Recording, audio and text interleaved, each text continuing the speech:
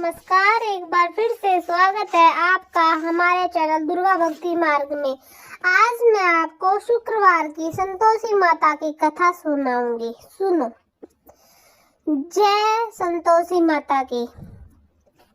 आज शुक्रवार के दिन आप सुनिए संतोषी माता की व्रत कथा। एक बुढ़िया थी और उसके 7 बेटे थे। 6 बेटे कमाने वाले थे और एक बेटा निकम्मा था। बुढ़िया माँ 6 पुत्रों की रसोई बनाती, भोजन करती और पीछे से जो कुछ बचता वह 7वें पुत्र को दे देती। परंतु वह बड़ा भोला भाला था, मन में कुछ विचार नहीं करता था। एक दिन वह अपनी बहू से बोला, देखो मेरी माता का मुझ पर कितना प्रेम है। वह बोली, क्यों नहीं, सबका झूठा बचा हुआ तुमको ही तो खिलाती है। वह बोला, ऐसा भी हो सकता है क्या? मैं जब तक आंखों से ना देखूं मान नहीं सकता। बहू ने हंसकर कहा, देख लोगे तब तो मानोगे। कुछ दिन बाद बड़ा त्योहार आया। घर में 7 प्रकार के भोजन और चूरमा के लड्डू बने। वह जांचने को सर के दर्द का बहाना कर पतला कपड़ा सिर पर ओढ़कर रसोई घर में सो गया। कपड़े में से सब देखता रहा। 6 भाई भोजन करने आए। उसने देखा माँ ने उसके लिए सुंदर सुंदर आसन बिछाए, 7 प्रकार की रसोई परोसी। वह आग्रह करके जिमाती रही। वह देखता रहा। 6 भाई भोजन कर उठे। तब माँ ने उनकी झूठी थालियों में से लड्डुओं के टुकड़ों को उठाया और एक लड्डू बनाया। जूठन साफ करके बुढ़िया माँ ने पुकारा, उठ बेटा, 6 भाई भोजन कर गए, अब तू भी भोजन कर ले, उठ, और तू कब खाएगा? वह कहने लगा, माँ मुझे भोजन नहीं करना, मैं परदेश जा रहा हूँ। माता ने कहा, कल जाता हो तो आज ही चला जा। बोला, हाँ आज ही जा रहा हूँ। यह कहकर वह घर से निकल गया। चलते समय उसे बहू की याद आई। वह गौशाला में कंडे उपले थाप रही थी। वह उसे जाकर बोला कि मेरे पास तो कुछ नहीं है, यह अंगूठी है, सो ले लो और अपनी कुछ निशानी मुझे दे दो। वह बोली, मेरे पास क्या है, यह गोबर भरा हाथ है। यह कहकर उसकी पीठ में गोबर के हाथ की थाप मार दी और वह चल दिया। चलते चलते दूर देश में पहुंचा। वहां पर एक साहूकार की दुकान थी। वहां जाकर बोला, भाई मुझे नौकरी पर रख लो। साहूकार को नौकर की जरूरत थी। साहूकार उसे बोला, तू नौकरी पर जा रहा? लड़के ने पूछा, तनख्वाह क्या रहेगी? साहूकार ने कहा, काम देखकर दाम मिलेंगे। साहूकार की नौकरी मिल गई। वह सवेरे 6 बजे से रात्रि 12 बजे तक नौकरी करने लगा। कुछ दिनों में दुकान का लेन देन, हिसाब किताब, ग्राहकों को माल बेचना, सारा काम करने लगा। साहूकार के 7-8 नौकर थे। वे सब चक्कर खाने लगे कि यह नया नौकर बड़ा होशियार है। सेठ ने भी काम देखा और 3 महीने के अंदर ही उसे मुनाफे का साझेदार बना लिया। 12 वर्ष में वह नामी सेठ बन गया और मालिक सारा कारोबार उस पर छोड़कर बाहर चला गया। अब बहू पर क्या बीती वह सुनो। सास ससुर उसे दुख देने लगे। गृहस्थी का काम पूरा उसी के पास कराने लगे। लकड़ी लेने जंगल में भेजते। इस बीच की रोटियों के आटे से जो भी भूसी निकलती उसकी रोटी बनाकर रख दी जाती और फूटे नारियल की नरेली में पानी। इस तरह उसके दिन बीतने लगे। एक दिन वह लकड़ी लेने जा रही थी कि रास्ते में बहुत सी स्त्रियां संतोषी माता का व्रत करती दिखाई दी। वहां यह खड़ी होकर कहने लगी, बहनों, यह तुम किस देवता का व्रत करती हो और इसके करने से क्या फल होता है? इस व्रत के करने की क्या विधि है? यदि तुम अपने इस व्रत का विधान मुझे भी समझा कर कहोगी तो मैं तुम्हारा बड़ा एहसान मानूंगी। तब उनमें से एक स्त्री बोली, सुनो, यह संतोषी माता का व्रत है। इसके करने से निर्धनता, दरिद्रता का नाश होता है, लक्ष्मी आती है, मन की चिंताएं दूर होती है, घर में सुख होने से मन की प्रसन्नता और शांति मिलती है। निपुत्री, जो पुत्र नहीं है जिसके, उसको पुत्र मिलता है। जिसका प्रीतम बाहर गया हो, पति बाहर गया हो, वह शीघ्र आ जाता है। कुंवारी कन्या को मनवांछित वर मिल जाता है और जिसका मुकदमा चल रहा हो वो खत्म हो जाता है। घर में क्लेश चल रहा हो तो वो समाप्त हो जाता है। घर में शांति बन जाती है और जायदाद में बहुत लाभ होता है। संतोषी माता की कृपा से पूरी विश हो जाती है। स्त्री कहने लगी, सवा आने का गुड़ चना लेना, इच्छा हो उतना 5.25 आने का या 1.25 रुपया भी सहूलियत के अनुसार लेना। बिना श्रद्धा के मत करना, परेशानी उठानी पड़ सकती है। श्रद्धा और प्रेम से जितना भी बन सके सवाया लेना। 1.25 पैसे से 1.25 आने तथा इससे भी ज्यादा शक्ति और भक्ति के अनुसार ले लेना। हर शुक्रवार को निराहार रहकर कथा कहना और सुनना। इसके बीच कर्म टूटे नहीं, लगातार नियम पालन करते रहना। सुनने वाला कोई ना मिले तो घी का दीपक जलाकर उसके आगे जल के पात्र को रखकर कथा कहना, परंतु नियम न टूटे। जब तक कार्य सिद्ध न हो नियम पालन करना और कार्य सिद्ध हो जाने पर व्रत का उद्यापन करना। 3 मास में माता फल पूरा करती है। यदि किसी के खोटे कर्म हो तो माता 1 वर्ष लगाती है कार्य की सिद्धि के लिए। कार्य सिद्ध होने पर ही उद्यापन करना चाहिए, बीच में नहीं करना चाहिए। उद्यापन में 2.5 सेर आटे का खाजा और इसी प्रकार से खीर तथा चने का साग बनाना। 8 लड़कों को भोजन कराना। जहाँ तक मिले देवर जेठ भाई बंधु कुटुंब के लड़के लेना, ना मिले तो रिश्तेदार और पड़ोसियों के लड़के बुलाना।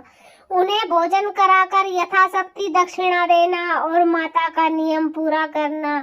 उस दिन घर में कोई खटाई नहीं बनाना। यह सब सुनकर बुढ़िया की बहू वहां से चल दी। रास्ते में लकड़ी के बोझ को बेच दिया और उन पैसों से गुड़ चना लेकर माता के व्रत की तैयारी करने लगी। आगे चली और सामने मंदिर है। यह सुनकर माता के मंदिर में जाकर माता के चरणों में लौटने लगी। इसके बाद वह माँ से विनती करने लगे कि ए माँ, मैं निपट मूर्ख हूँ, व्रत का नियम नहीं जानती, मैं बहुत दुखी हूँ। माता जगत जननी, मेरा दुख दूर करो, मैं आपकी शरण में हूँ। माता को दया आई। एक शुक्रवार बीता कि दूसरे शुक्रवार को ही उसके पति का पत्र आया और तीसरे को उसका भेजा हुआ पैसा भी आ गया। यह देखकर जेठानी मुंह चढ़ाने लगी और कहने लगी, इतनों दिनों में इतना पैसा इस आया, इसमें क्या बड़ी बात है। लड़के ताने डरने लगे। काकी के पास अब पत्र आने लगे, रुपया आने लगा। अब तो काकी की खातिर बढ़ जाएगी। अब तो काकी बुलाने से भी नहीं बोलेगी। बेचारी सरलता से यह कहती कि भैया पत्र आएगा, रुपया आएंगे तो हम सब के लिए अच्छा है। ऐसा कहकर आंखों में आंसू भरकर संतोषी माता के मंदिर में जाकर मातेश्वरी के चरण में गिरकर रोने लगी। माँ, मैंने आपसे पैसा नहीं मांगा, मुझे पैसे से क्या काम है, मुझे तो अपने सुहाग से काम है। मैं तो अपने स्वामी के दर्शन और सेवा मांगती हूँ। तब माता ने प्रसन्न होकर कहा, जा बेटी, तेरा स्वामी आएगा। यह सुनकर खुशी से वह बावली होकर घर जाकर काम करने लगी। अब संतोषी माँ विचार करने लगी, इस भोली पुत्री से मैंने कह तो दिया कि तेरा पति आएगा, पर आएगा कहाँ से? वह तो इसे सौपन में भी याद नहीं करता। उसे याद दिलाने के लिए मुझे ही जाना पड़ेगा। इस तरह माता ने एक बुढ़िया के बेटे के पास जाकर सौपन में प्रकट होकर कहने लगी, साहूकार के बेटे, सोता है जागता? वह कहता है, माता, सोता भी नहीं हूँ, जागता भी नहीं हूँ, बीच में ही हूँ। कहो क्या आज्ञा है? माँ कहने लगी, तेरा घर बार कहाँ है या नहीं? बोला, मेरा सब कुछ है, माँ बाप है, भाई बहन है, मेरी एक घरवाली है, माँ बाप उसे दुख दे, माँ बोली माँ बाप उसे दुख दे रहे हैं, वह तेरे लिए तरस रही है, तू उसकी सुध ले। वह बोला माता यह तो मुझे मालूम है, परंतु जाऊं कैसे, परदेश की बात है, लेन देन का हिसाब नहीं, कोई जाने का रास्ता नजर नहीं आता, कैसे चला जाऊं। माँ कहने लगी मेरी बात मान, सवेरे नहा धोकर संतोषी माता का नाम लेकर घी का दीपक जलाकर दंडवत कर दुकान पर जा बैठना, देखते देखते तेरा लेन देन चुक जाएगा, जमा माल भी बिक जाएगा, सांझ होते होते धन का ढेर लग जाएगा। अब तो वह सवेरे बहुत ही जल्दी उठकर मित्र बंधुओं से अपने सपने की बात कहता, वे सब उसकी बात पर अनसुनी करने, खिल्ली उड़ाने लगे, हंसने लगे। लेकिन एक बूढ़ा बोला, देख भाई मेरी बात मान, इस तरह सच झूठ करने के बदले देवता ने जैसा कहा है वैसा ही करना, तेरा क्या जाता है।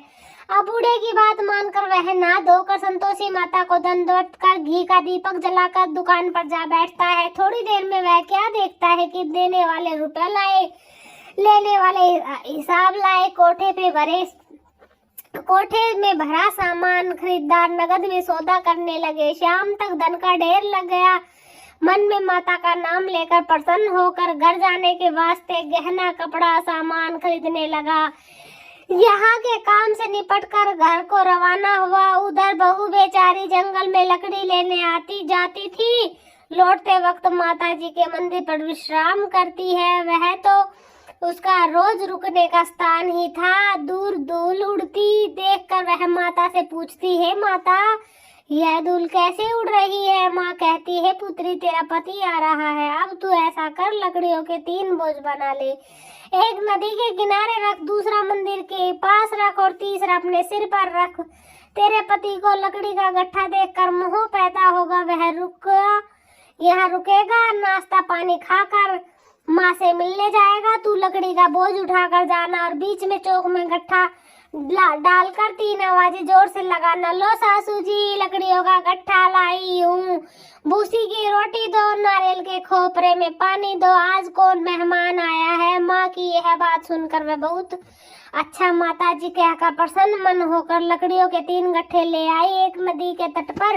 एक माता के मंदिर पर। इतने में ही वह मुसाफिर आ पहुंचा। सूखी लकड़ी देखकर उसकी इच्छा हुई कि अब यही निवास करे और भोजन बनाकर खा पी कर गाँव जाए। इस प्रकार भोजन बनाकर विश्राम लेकर गांव को गया। उसी समय बहू सिर पर लकड़ी का गट्ठा लिए आती है, उसे आंगन में डालकर जोर से 3 आवाज देती है, लो सासू जी लकड़ी का गट्ठा लो, भूसी की रोटी दो, नारियल के खोपरे में पानी दो, आज कौन मेहमान आया। यह सुनकर उसकी सास अपने दिए हुए कष्टों को भुलाने के लिए कहती है, बहू ऐसा क्यों कहती हो, तेरा ही तो मालिक आया है, बैठ मीठा भात खाकर कपड़े पहन। इतने में आवाज सुनकर उसका स्वामी बाहर आता और अंगूठी देखकर व्याकुल हो जाता है। माँ से पूछता है, माँ यह कौन है। माँ कहती है, तेरी बहू है, आज 12 वर्ष हो गए हैं, जब से गया है तब से सारे गांव में जानवर की तरह भटकती फिरती है, काम काज घर का कुछ नहीं करती, 4 समय आकर खा जाती है। अब तुझे देखकर भूसी की रोटी और नारियल के खोपरे में पानी मांगती है।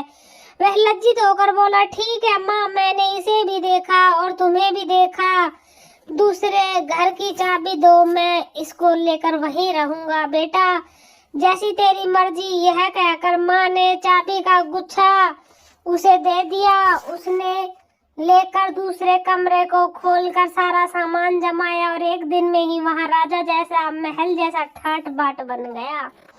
अब क्या था, वह सुख भोगने लगी। इतने में ही अगला शुक्रवार आया। उसने अपने पति से कहा, मुझे माता का उद्यापन करना है। उसका पति बोला, बहुत अच्छा, कर लो, अपनी खुशी से यह भी कर लो। तुरंत थी वह उद्यापन की तैयारी करने लगी। जेठ के लड़के को भोजन के लिए कहने लगी।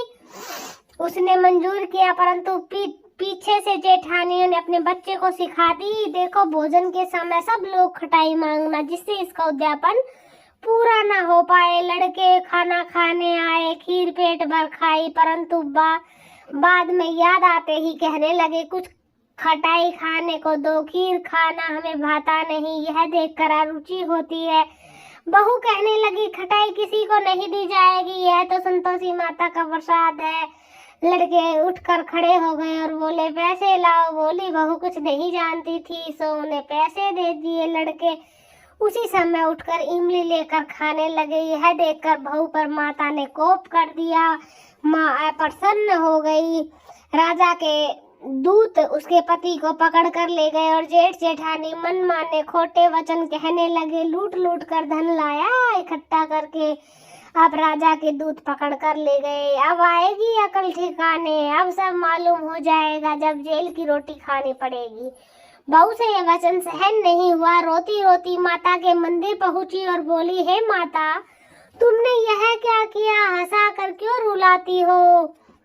बोली, पुत्री, तूने उद्यापन करके मेरा व्रत भंग किया है। इतनी जल्दी भूल गई कि व्रत में कोई भी खटाई नहीं दी जाती। लड़कों ने भूल में डाल दिया माता, इसलिए मैंने उनको रुपए दे दिए। माँ बोली, ऐसी भी कोई भूल होती है? वह बोली, माँ मुझे माफ कर दो, फिर तुम्हारा उद्यापन दोबारा करूंगी। माँ बोली, अब भूल मत करना। अब वह बोली, अब भूल नहीं होगी माता।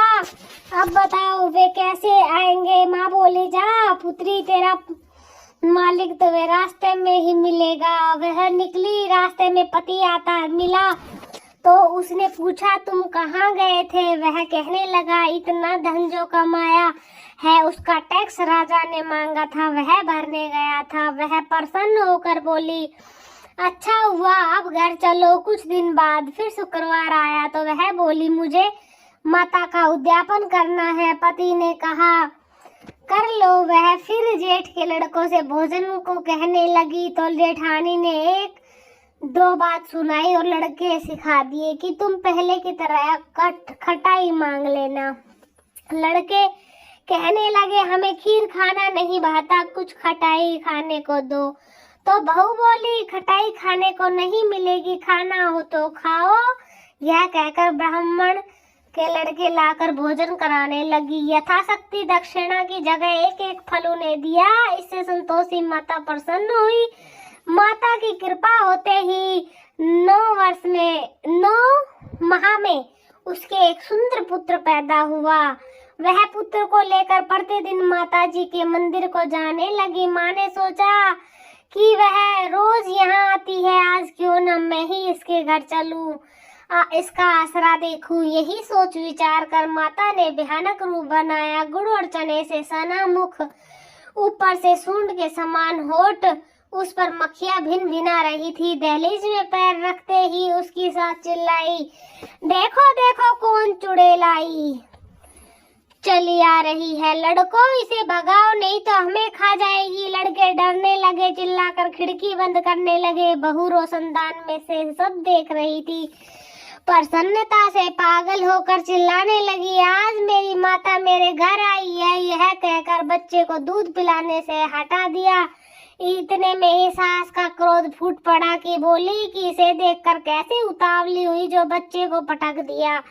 इतने में माँ के प्रताप से जहाँ देखो वहाँ लड़के ही लड़के नजर आने लगे। बहू बोली, माँ जी, मैं जिसका व्रत करती थी वही संतोषी माता आज हमारे घर आई है। इतना कहकर झट से सारे घर के किवाड़ खोल दिए और सबने माता के चरण पकड़ लिए। विनती कर कहने लगे कि माता, हम मूर्ख है, अज्ञानी है, तुम्हारी व्रत की विधि हम नहीं जानते। तुम्हारा व्रत भंग करके हमने बहुत बड़ा अपराध किया है।